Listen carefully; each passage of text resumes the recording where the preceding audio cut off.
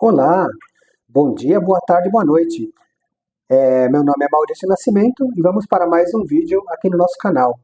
Hoje a ideia é falar de automação residencial e IoT, ok? As características, funcionamento, aplicações, ou seja, o que é automação residencial e o que é IoT. Começamos falando muito brevemente sobre a agenda, né? Na agenda nós vamos falar das características, funcionamento, aplicações, os componentes de um sistema IoT, ou seja, os sensores, essas coisas, né? As tecnologias de acesso e os desafios, e a segurança, que não deixa de ser um desafio, aliás, um belo desafio, um dos maiores, né? Apresentada a agenda, vamos começar brevemente sobre o que é automação residencial e IoT. Começamos, como é residencial, nós estamos falando do quê? De casas inteligentes, isso já é uma realidade hoje. Ou seja, hoje a gente já tem muitos elementos de iluminação, de telemetria, câmeras, toda a parte de segurança da casa, sensores, tudo mais. E, e associado a todos esses aparatos aqui, a gente tem a conectividade. E isso vai transformando o nosso dia a dia. Tem transformações positivas, tem transformações nem tanto, mas no final das contas o saldo ele é positivo, né? Então, quando falamos de automação residencial, nós falamos em casas inteligentes, certo? Mas o que é automatização residencial? Bom, automatização residencial são controles automáticos de dispositivos, monitoramento à distância e integração, principalmente integração entre dispositivos, né? E isso não é um negócio novo, sabe? Isso vem evoluindo muito ultimamente, né? Mas não é um negócio novo. Isso é uma coisa que começou lá atrás com esses sistemas aqui que eram como se fossem minuterias de automação. O pessoal usava isso aqui para ligar uma bomba da piscina ou ligar uma iluminação de algum ponto da casa, do quintal. Muitos tinham um motorzinho aqui dentro para virar esse timer aqui, outros nem o motor tinham, você tinha que dar corda nele, sabe? Então você virava isso daqui, colocava o tempo e ele contava esse tempo e desligava ou ligava a energia aqui. Tinha uns outros que tinham várias ranhurazinhas aqui que você programava quando você queria que ligava ou desligava e ele ficava girando permanentemente, era um relógio 24 horas e quando a ranhurazinha caía no micro switch, ele ligava ou desligava o dispositivo, né? Não ficou por aí. Logo veio os sensores PIR, que são aqueles sensores de presença. Alguns deles têm sistema de fotocélula aqui para crepuscular, para ligar uma lâmpada à noite, ou para detectar a presença de uma pessoa, como se fosse um alarme. Aí a evolução continuou, aí vieram os alarmes monitorados. Eu estou dando um exemplo aqui em teu braço, mas existem muitas e muitas outras marcas. Eu tenho desse daqui, sabe?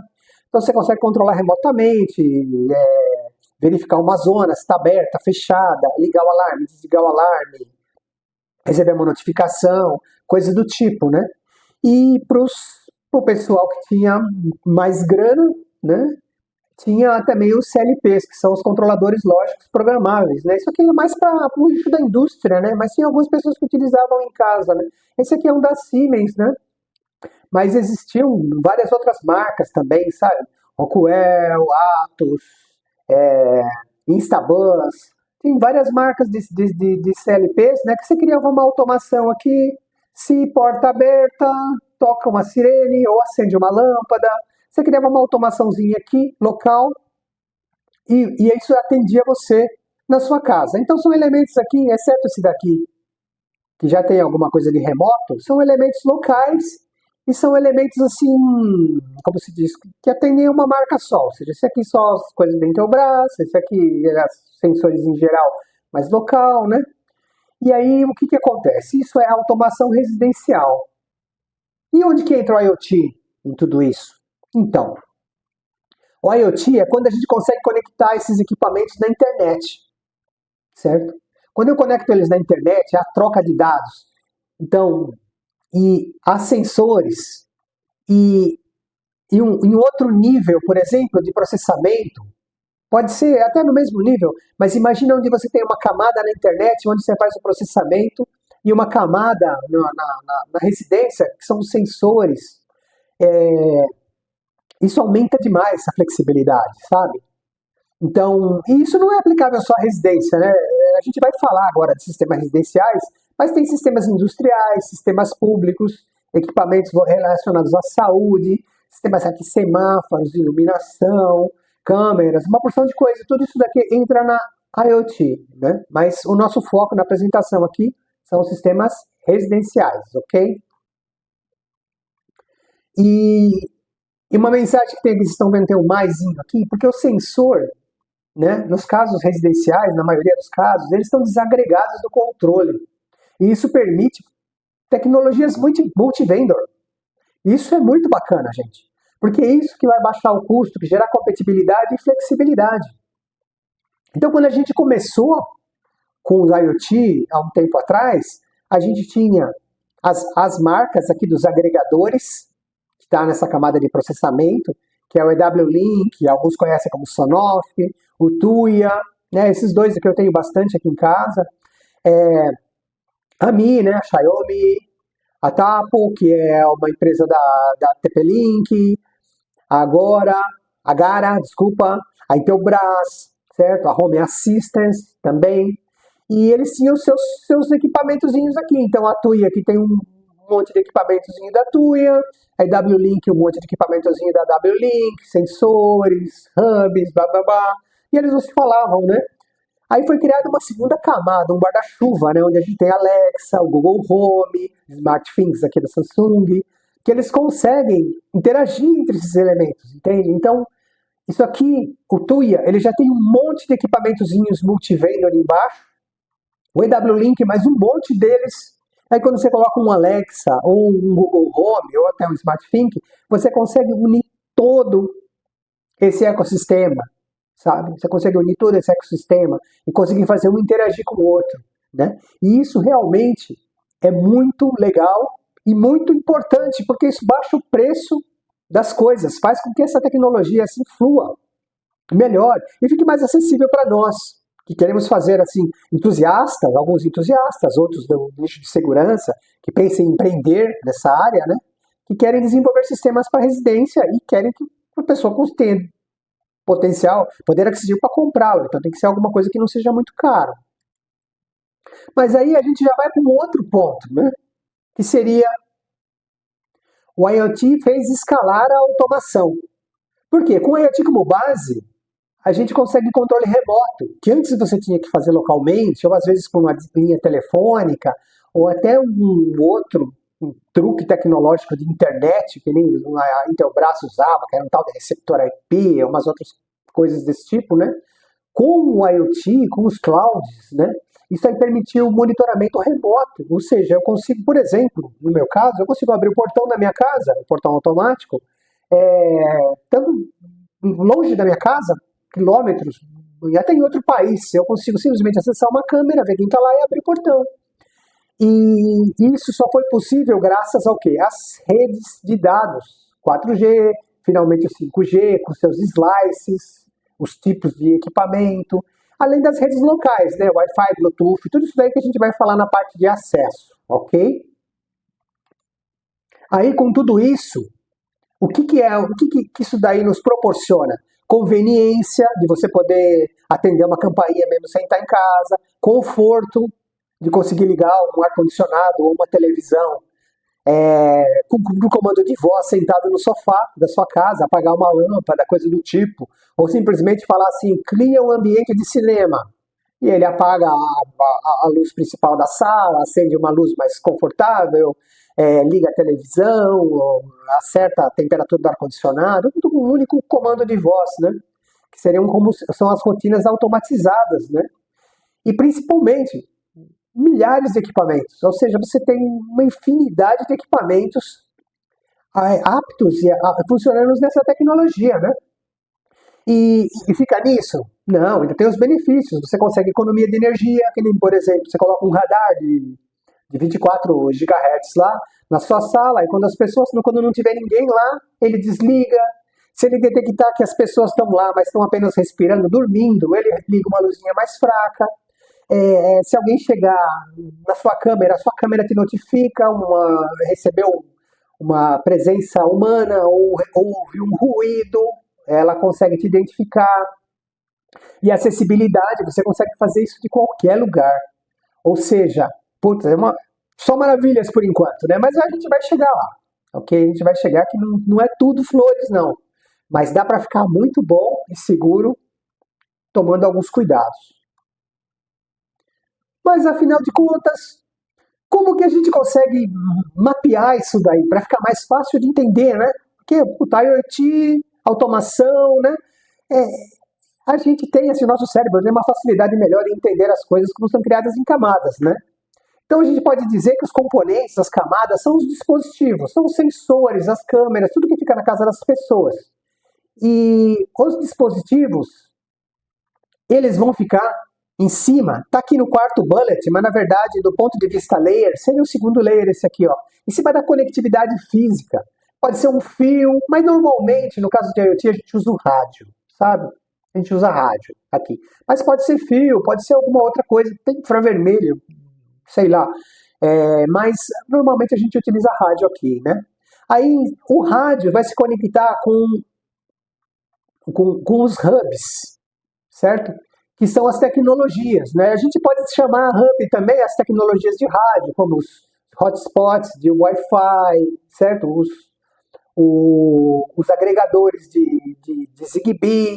Ou a gente pode chamar de hub, também a gente pode chamar as tecnologias, certo? As tecnologias, pode ser Tuya, Sonoff, e outras tecnologias desse tipo. Ou ainda, depois a gente tem os controles, que também podem ser os hubs aqui, eles se confundem aqui, se misturam aqui.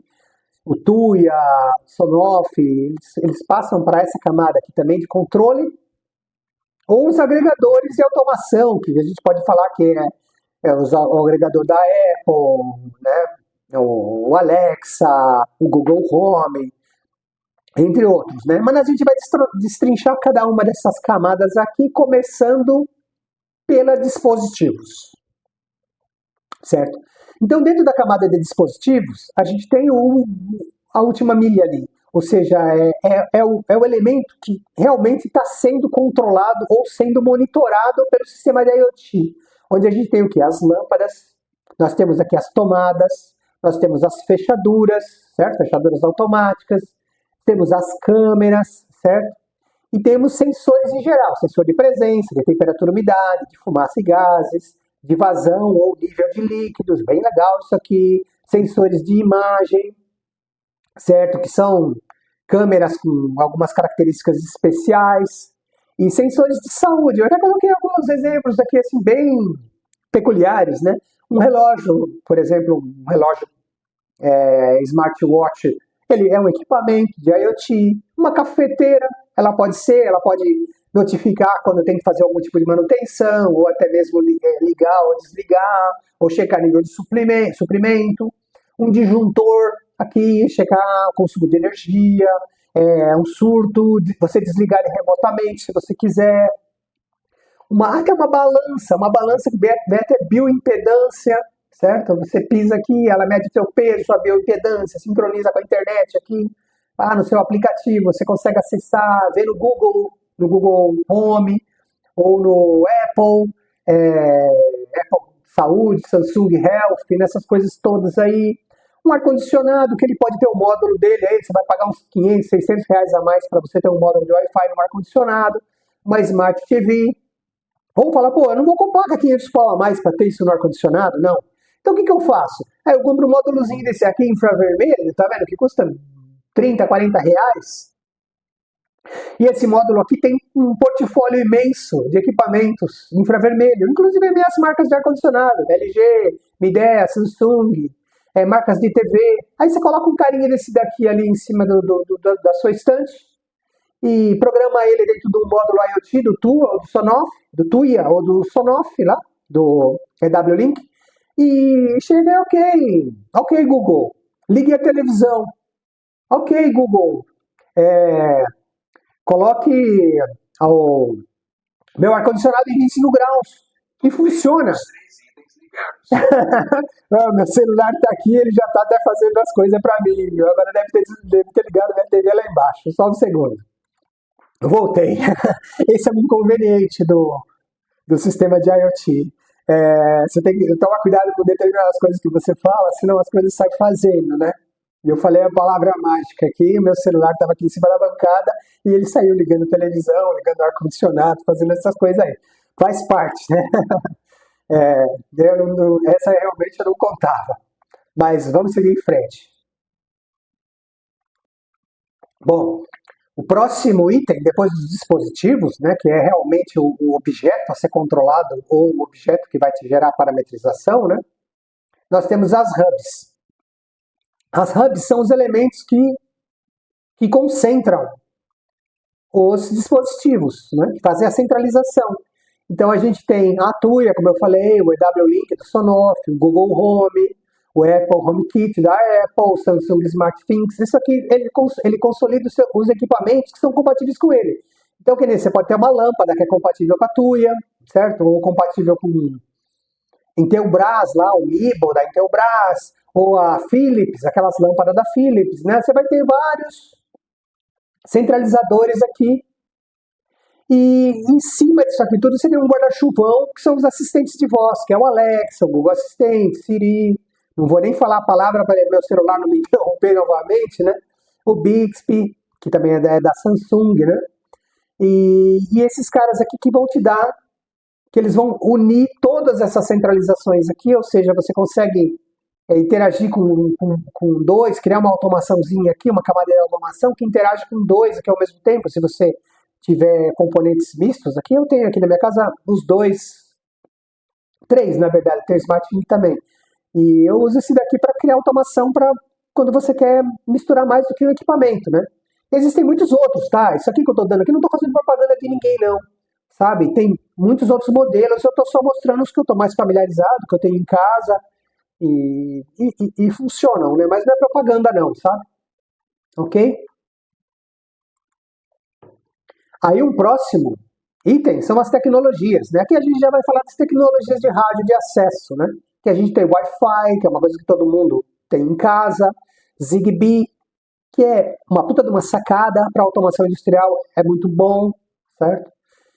Quem mora numa casa gigantesca ou numa fazenda, alguma coisa desse tipo, pode utilizar o LTE, que é o 4G, ou o 5G, que é melhor ainda, que tem mais recursos, ou o LoRa, certo? Que também é uma tecnologia parecida com o Zigbee, um pouco diferente, eu vou abordar aqui, mas é para longas distâncias, ou o Bluetooth para uma fechadura, ou para alguma coisa assim que esteja mais próximo de você. Mas são tecnologias de rádio que vão conectar os aparelhos, os dispositivos, né, os componentes às plataformas, tá? Primeiro começamos pelo Wi-Fi, né? O Wi-Fi, o que ele tem de bacana? Ele é veloz, ele é acessível, todo mundo tem Wi-Fi em casa, mas não é tudo glória. Ele tem alto consumo e ele tem uma cobertura muito pequena. Então uma casa grande aí de 150 metros, 200, 300 metros quadrados, você vai precisar de vários pontos de Wi-Fi para você ligar esses equipamentos aqui. Então você vai ter problema de cobertura. Por exemplo, esse interfone aqui é um interfone Wi-Fi que fica sempre ativo. Esse aqui fica sempre ativo, ele é bom. Tem uns que não ficam, que ficam em stand-by, que tem bateria. Esse aqui usa energia elétrica e fica sempre ativo no Wi-Fi. Então ele tem que ficar perto. Mas ele precisa de velocidade, porque ele tem uma câmera. Essas câmeras aqui também, elas também precisam de velocidade para você ter acesso. Então você pode ter, por exemplo, um módulo Wi-Fi na sua garagem, controlando o interfone da sua campainha, uma câmera ali para você interagir ou olhar se está tudo bem na garagem, se não tem nenhum gato em cima do seu carro, coisa do tipo, né? Esse aqui, ó, é um controlezinho meu que ele pifou. Esse aqui é de abrir portão automático, sabe?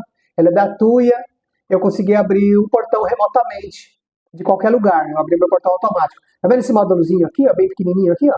Esse aqui é o módulo Wi-Fi, tá? Esse aqui é o relé, que controla o portão, né? Coisa do tipo, né? E aqui tem o sensor, que vai indicar se o meu portão está aberto ou fechado. E aqui ele vai dar um comando para o meu portão automático abrir ou fechar quando eu falar a palavra mágica. Esse aqui ainda como ele é um portão, é um item de segurança, Quando você fala a palavra mágica, que é para ok, lá, abrir o portão, ele vai te pedir uma senha, né? E esse aqui também eu coloquei aqui, porque esse aqui eu comprei por engano. Eu queria comprar esse aqui é um sensor de umidade. Eu queria colocar um Zigbee, que é mais econômico. Aí eu comprei por engano, eu comprei o Wi-Fi. Então essas baterias aqui, ó, ou você sacrifica a periodicidade que você mede, ou você sacrifica a duração da bateria, né? No meu caso, eu sacrifiquei o período de medição, ou seja, eu faço uma medição de umidade e temperatura por hora só, para não comprometer as baterias. Mesmo assim, dura pouco. E esse aqui é um interruptor. Os meus primeiros interruptores que eu comprei para minha casa eram Wi-Fi, sabe? Tem alguns até hoje que estão funcionando, funcionam bem, sabe? Mas depois eu migrei a maioria deles para outra tecnologia, para Zigbee, eu vou explicar por quê, né? E além de tudo isso, você pode ter isso aqui, que é um hubzinho Wi-Fi para Zigbee e Bluetooth. Ou seja, você pode ter equipamentos Zigbee e Bluetooth ligados aqui através do Wi-Fi. Ele aguenta uns 30, 40, 50 equipamentos, 30, 40 equipamento Zigbee, quando ele é Wi-Fi. Quando você liga ele no fio, ele aguenta uns 400, 500, né? Então, dependendo, né, você pode ter isso aqui de entrada, mas depois você pode chegar à conclusão que Zigbee é tão legal para isso que você vai precisar de muitos equipamentos, aí você vai acabar tendo que comprar outro módulozinho desse aqui, ó, só que não Wi-Fi, e sim ligar um cabinho azul aqui, a Ethernet dele, para melhorar a performance e cobertura. Agora eu vou falar um pouquinho do Zigbee, ok?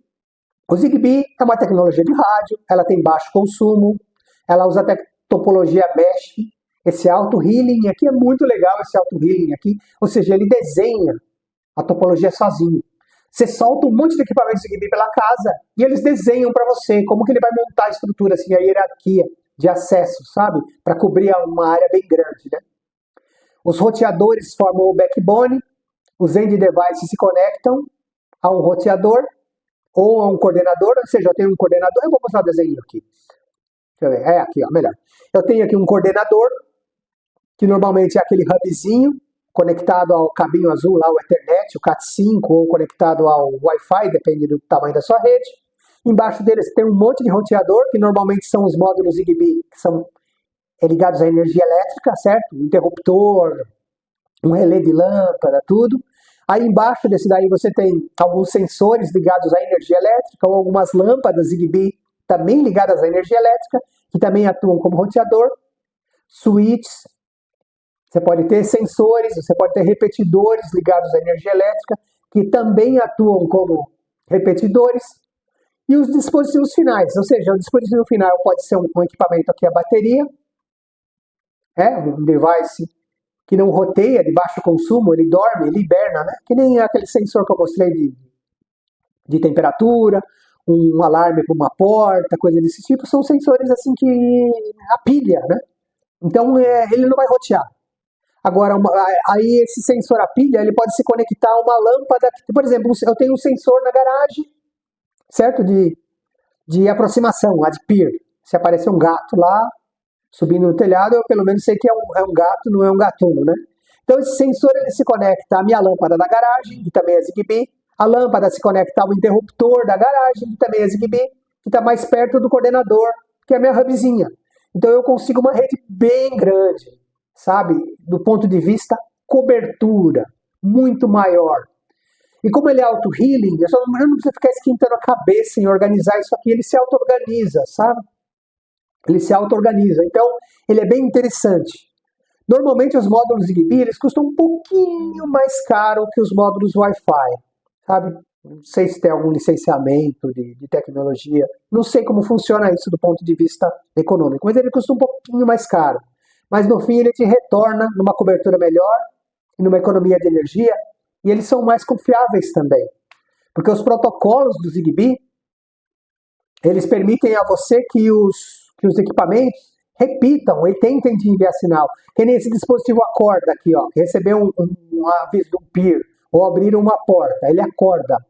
Ele tenta se conectar na rede, e ele faz isso daí naturalmente, sabe? Ele cria essa rede aqui, ó, até o coordenador. Então é garantia que a mensagem vai chegar aqui, sabe? É uma garantia bem maior, digamos, que a mensagem vai chegar aqui, né? E o tempo de setup dele é muito rápido, é muito mais rápido que o do Wi-Fi. O setup desse equipamento que está dormente, né? Do ponto de vista de endereçamento, eles têm um endereço único de 64 bits, certo? Que é um endereço único, cada equipamento tem o seu, né? Que é um endereço global, tipo um Mac, né? Mac de computador também é assim, né? Eles têm um endereço dentro da rede deles, que é um endereço de 16 bits, certo? E dentro desse endereço de 16 bits, ele tem o endereço do equipamento único, tem o endereço do coordenador, parece um default gateway, né? Tem o endereço de todos os dispositivos que estão ativos na rede e tem o endereço de broadcast. Se o coordenador quiser gerar um broadcast, um paging para localizar os equipamentos, ele tem um endereço de broadcast, né? Mas, importante, ele tem um endereço único aqui, ó. E dentro do endereço único, ele tem os endpoints, que são como se fossem as portas lógicas dentro desse endereço, né? Então, o endereço desse aqui pode ter um monte de porta, né? E tem o tipo de cluster, ou seja, ele pode ser uma lâmpada, pode ser um sensor de temperatura, pode ser um dimer para controlar a luminosidade de alguma coisa, pode medir um nível de água de um tanque, por exemplo, né? Que são sinais analógicos, né? Então ele tem aqui o Cluster ID vai te falar e a porta lógica vai te dizer a granularidade de tudo isso, né? E um exemplo aqui bem simples, né? Sabe? Só para a gente não se estender muito, né? No vídeo, né? Eu tenho aqui, ó, um device. Eu tenho aqui, ele tem um endereço aqui EE, que é um endereço único. Ele tem o endereço dele na rede. Ele tem um endpoint 1, certo? Ele é um ponto único. E ele é o cluster 402, que é um medidor de temperatura, que é um número, esse número aqui não é regra, mas é meio assim uma prática o pessoal usar. E aí ele vai te responder com o valor de temperatura. Se ele te responder com o valor 25.000, ele está falando que é 25 graus Celsius, por exemplo, dependendo da configuração. É um exemplo, tá? Um outro exemplo que eu tenho aqui, ó, é esse número network aqui, número da rede. Aqui, esse aqui é um número falso, tá? Um número só para um endpoint 1, o cluster 6. Cluster 6 é o cluster das lâmpadas, isso aqui é ok, tá? Aí, se você dá um comando 001, é on. Se dá um 002, é off. Eu não me lembro os comandos. Se der um 003, que eu não me lembro, ele vai dar um toggle, ele vai virar de 1 para 0, 0 para 1, sabe? Ele vai ficar contando, né? Então, você manda o endereço, o endpoint, o cluster, o comando e o elemento no final reage de acordo, né? Então, esse é o protocolo. É um protocolo bastante confiável, bastante simples. Aí serve para câmera, Maurício? Não é recomendado, porque a velocidade dele não é uma velocidade assim para uma câmera, sabe? Entende? Então ele é melhor para sensores, para telemetria, para coisa pequena e coisa de baixo consumo e coisa assim que tem uma área assim no âmbito residencial, uma área maior. Indo para uma outra tecnologia de acesso, nós temos o LTE. O LTE, o Long Term Evolution, é o 4G. Né? Eu vou ter mais vídeos de 4G aqui, é uma das minhas áreas do coração, né? E o 5G, que, putz, eu adoro 5G, sabe? Que são as tecnologias de rádio. Isso aqui normalmente é controlado pelas operadoras, TIM Vivo, Claro, Sercontel, Algar, Claro Colômbia, um monte delas aqui, né? Mas ela permite acesso também direto às plataformas de controle. E qual que é a vantagem disso? A vantagem é o longo alcance. Só que ela acaba sendo mais voltada assim, a serviços públicos, empresas, né? Porque você tem um custo, né? Você tem um custo do chip, que você tem que colocar aqui, do SIM card, né? Do eSIM, que você tem que colocar em cada um desses elementos, né? Aí você tem, por exemplo, no 4G você tinha o Narrowband IoT, que era cobertura massiva e bateria de longa duração, tinha umas características aí, que no vídeo sobre 4G eu vou falar disso aqui, tá? E o 5G, que entrou com um monte de outras classes, sabe? Para equipamentos de IoT os mais diversos possíveis. Que nem, por exemplo, vai esse monte de sensor que a gente está falando aqui, Massive Machine Type Communication, sabe? Então isso aqui são milhares de sensores, sabe? Massivo mesmo, sabe? Com IPs, PV6, uma porção de coisa que garanta que tem um monte de equipamento ligado à rede 5G, né? Então ele tem um slice para isso aqui.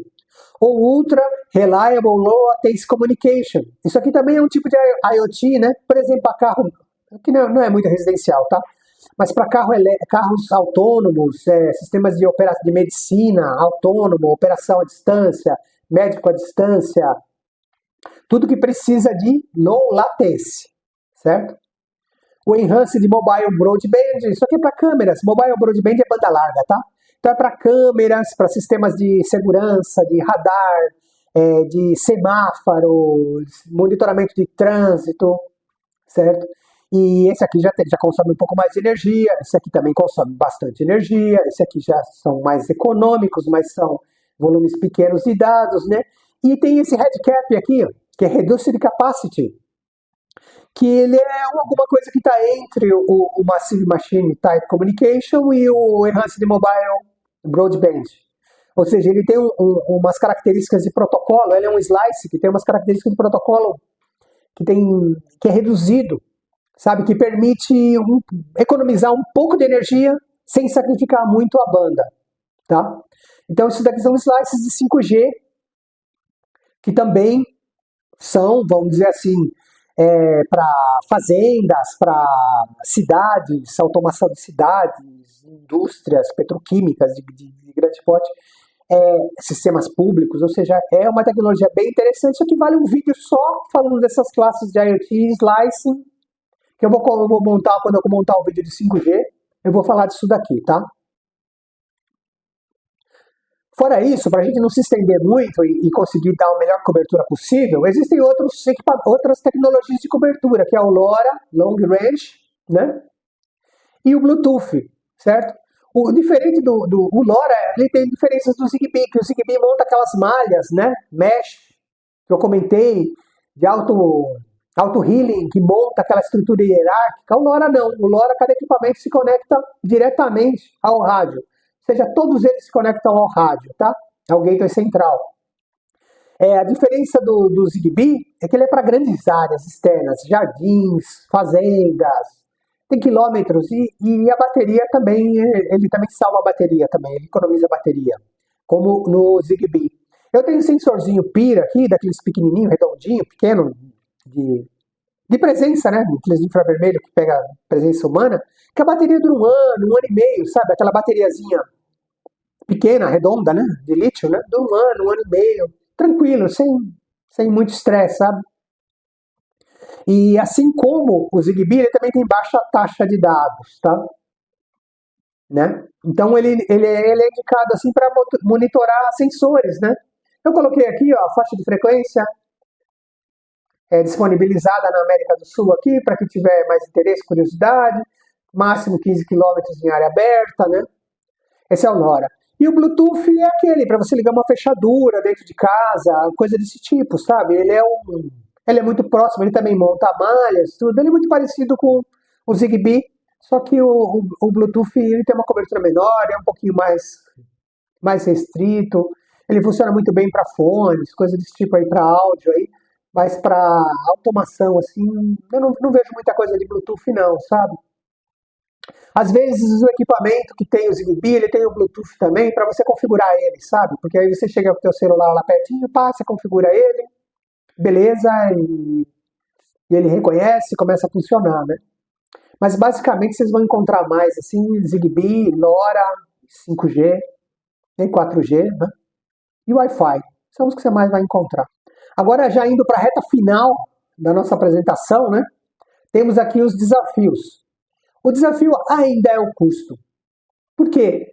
Porque vamos supor que se você tende para ir para um sistema Wi-Fi, você tem que começar a colocar módulos Wi-Fi pela casa, você tem que ligar os cabos nos repetidores, o sistema mesh não custa tão barato, né?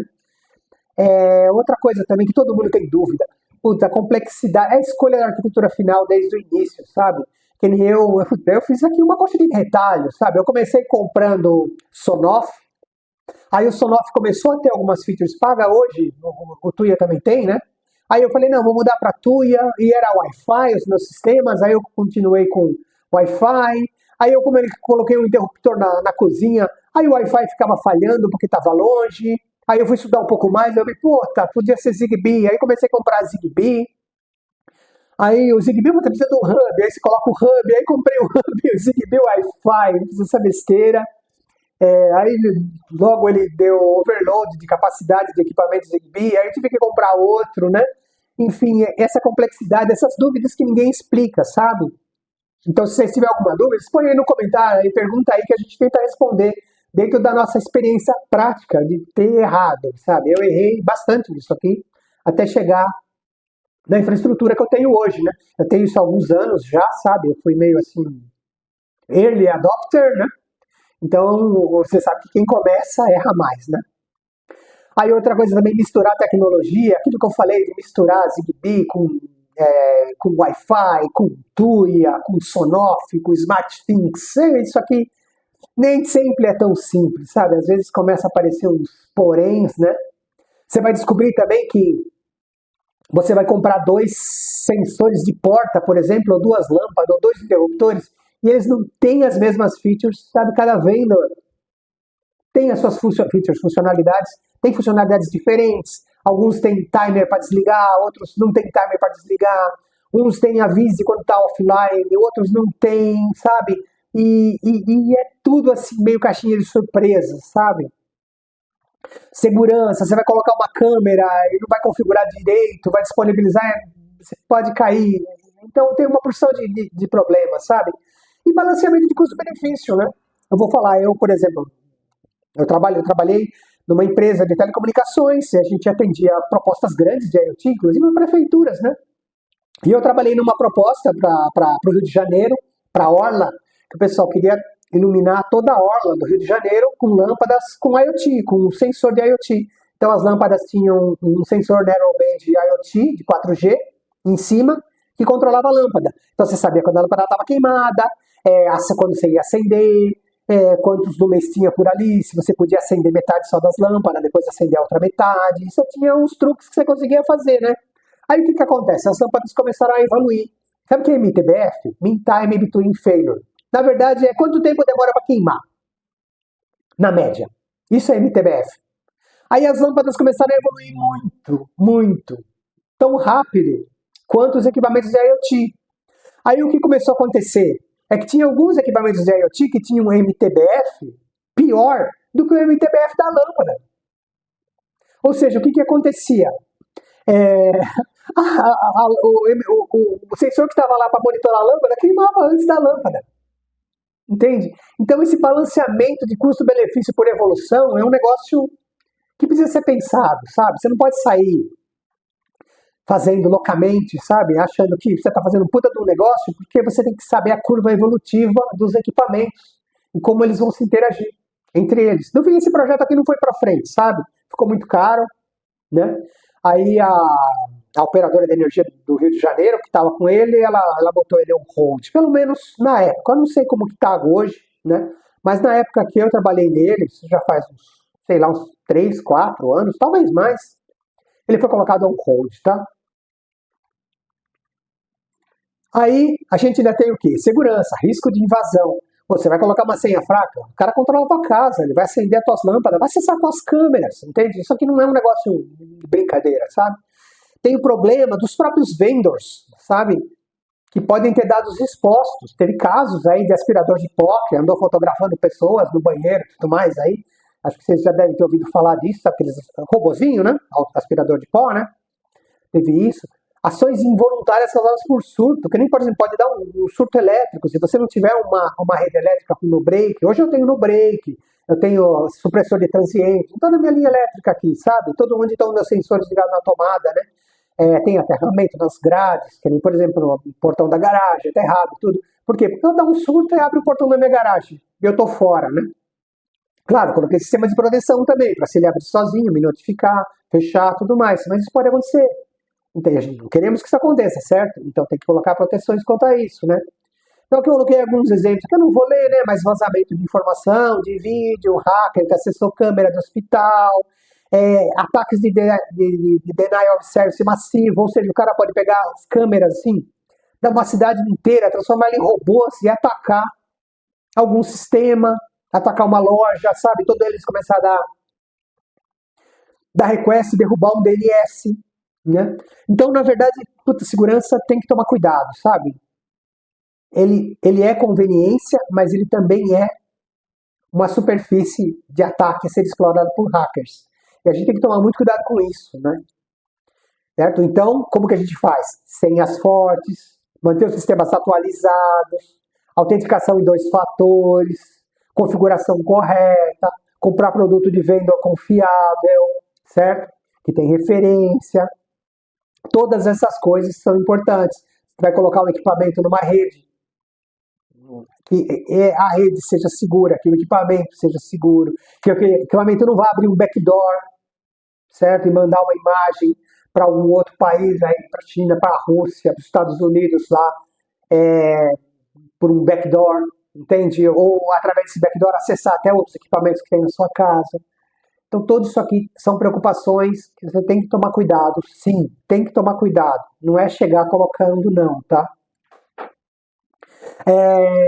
Fora isso, é muito legal. Ou seja, tem muitos casos de iluminação, de segurança. Você pode usar isso como segurança, apesar de ter essas possíveis vulnerabilidades, com a respectiva preocupação, isso funciona bem com segurança, gerenciamento de consumo de energia, telemetria automotiva.